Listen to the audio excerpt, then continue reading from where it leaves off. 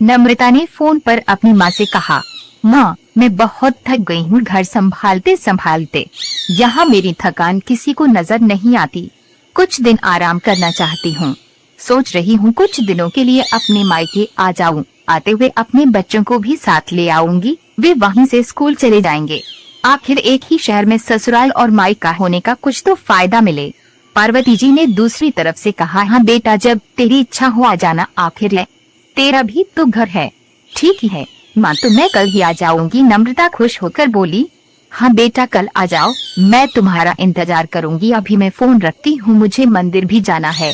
पार्वती जी ने फोन रख दिया और सीधे किचन में गई।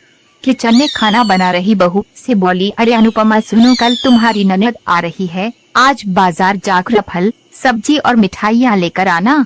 बेचारी मेरी बेटी ससुराल में नौकरों की तरह काम करती है और उस पर कोई ध्यान ही नहीं देता। यहाँ आएगी तो कुछ दिन रहेगी, उसका मन और तबीयत अच्छी हो जाएगी। सास के मुंह से ऐसी बातें सुनकर अनुपमा का चेहरा उतर गया। वह मन ही मन सोचने लगी, काश आपको मेरी थकावट भी नजर आती। मैं दिन रात झाड़ू पोछा, बर्तन, खाना बनाना, मार्केट जाना और हर वह काम करती हूँ जिससे हमारे परिवार वालों को कोई दिक्कत न हो। काश आप मुझ पर भी ध्यान दे पाती। आपकी बेटी तो जब मन में आता है तब यहाँ आ जाती है, लेकिन मैं साल में एक बार ही अपनी माँ के पास जाती हूँ, तब भी आपको प्रॉब्लम होती है। मैं भी इंसान हूँ, मेरा भी मन है, मुझे भी लगता है अपने माँ के पास जाकर थोड़ा आराम करूँ, सुख दुख की दो चार बातें करूँ, अपना मन हल्का करो। भगवान अब तुम ही कुछ करो ताकि मेरी सास की आंखें खुले और उसे मेरी थकावट भी नजर आए। शाम तक भगवान ने जैसे अनुपमा की सुन ली और उसकी ननद का फोन आया। ननद ने अपनी माँ से कहा कि उसकी सास ने उसे मायके आने के लिए मना कर दिया है, इसलिए इस बार वो नहीं आ सकती। पार्वती जी बोली, ऐसे कैसे मना कर दिया? पहले तो कभी वह तुम्हें आने के लिए नहीं रोकती थी, इस बार भला क्या हो गया? लाओ मेरी बात कराओ उन्हें, मैं समझती हूँ। नम्रता ने फोन अपनी सास को दिया। पार्वती जी ने कहा, नमस्कार समधन जी, आपसे कुछ कहना था। समधन जी ने कहा, कहिए। दरअसल नम्रता कल त्योहार है, इसलिए अपने मायके आना चाहती है, अगर आप उसे भेज दे तो अच्छा रहेगा। नम्रता की सास ने कहा, देखिए समधन जी, आपकी बेटी मायके जाकर रहे, इस बात के लिए हमने उसे कभी नहीं रोका और इस बात से हमें कोई प्रॉब्लम है भी नहीं। कुछ दिनों पहले मैं अपने रिश्तेदार के शादी में गई थी, वहाँ आपकी बहू अनुपमा की माताजी से मिलने का मौका मिला। उनसे गपशप करने के दौरान उनकी बातों से पता चला कि अनुपमा को साल में एक ही बार अपने मायके जाने को मिलता है और वह भी बहुत कम समय के लिए। मुझे लगता है आपको पहले अनुपमा को उसके मायके भेज देना चाहिए और वह जब मायके होकर आ जाएगी तो मैं नम्रता को आपके पास भेज दूंगी। एक बहुत जरूरी बात जो मुझे लगता है कि आपको समझ लेनी चाहिए, आपको अपनी बहू को भी बेटी की तरह या बेटी से भी ज्यादा प्यार देना चाहिए। उसे भी मायके जाने की इच्छा होती होगी। हो सकता है नम्रता के वहाँ आने से उसकी आवभगत करने के लिए आप उसे उसके मायके नहीं भेजती होंगी, या फिर वे आपसे कुछ कहने से अभी डरते हो।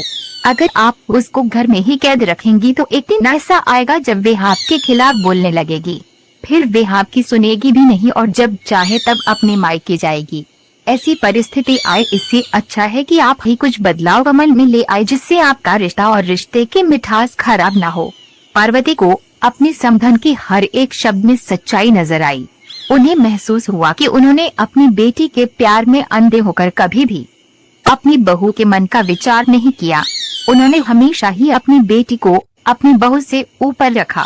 दूसरी तरफ नम्रता भी अपनी भाभी के बारे में हो रही इस बातचीत को सुन रही थी। उसने भी रियलाइज किया कि वे कभी भी अपनी भाभी के साथ ठीक से बात नहीं करती और जब जब वे अपने मायके जाती है तो भाभी थोड़ी उदास रहती है। पार्वती जी ने अपनी बहू को बुलाया और उसे कहा कि अनुपमा कुछ दिनों के लिए नम्रता नहीं आने वाली है, इसलिए पहले तुम अपने मायके होकर आओ। यह सुनते ही अनुपमा का चेहरा खिल गया, क्योंकि यह पहली बार था जब उसकी सास ने सामने से उसे अपने मायके जाने के लिए कहा था। अगले दिन अनुपमा अपने मायके गई और इस बार एक दो दिन नहीं, पूरे हफ्ते भर रह कर आई। अपने माँ बाप से, अपने रिश्तेदारों से मिलकर आई और जब वह लौट कर आई तो उसका चेहरा खिला हुआ था, उसकी आंखें चमक रही थी। अनुपमा के आने के बाद नम्रता भी अपने मायके आई और इस बार वो खुद सामने से अपनी भाभी से खुशी खुशी मिली और अच्छे से बात की।